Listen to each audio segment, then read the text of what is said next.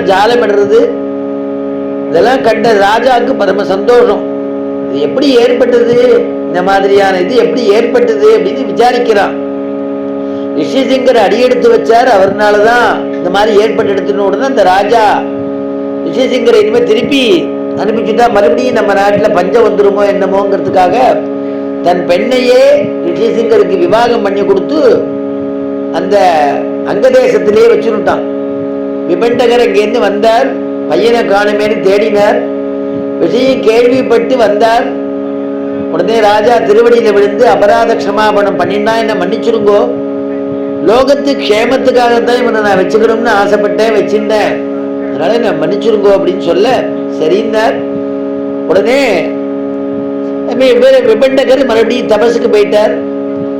ரிஷிசிங்கிட்ட சொல்லிட்டு போயிட்டார், அப்பா மாயையில மாட்டிக்காத, நம்முடைய இது தபசு பகவான் அடையிறது நமக்கு குறிக்கோளா இருக்கணும், அதை கடைபிடிச்சுட்டு சொன்ன உடனே அதை கடைபிடிச்சுட்டு இருந்தார் ரிஷிசிங்கர். அந்த ரோமபாதன் தசரதனுக்கு சிநேகிதனம், அதனால அவர்கிட்ட கேட்டா ரிஷிசிங்கரை அனுப்பிச்சுடுவார்னு சொன்ன உடனே போய் ரோமபாதன் தசரதன் தூது அனுப்ப ரிஷிசிங்கரை அனுப்பிச்சுட்டார். ரிஷிசிங்கர் வந்தார். வசிஷ்டர் முன்னிட்டு கொண்டு முதல்ல எல்லா தோஷத்துக்கும் பிராயச்சித்தமாக அஸ்வமேத யாகம் பண்ணினார்.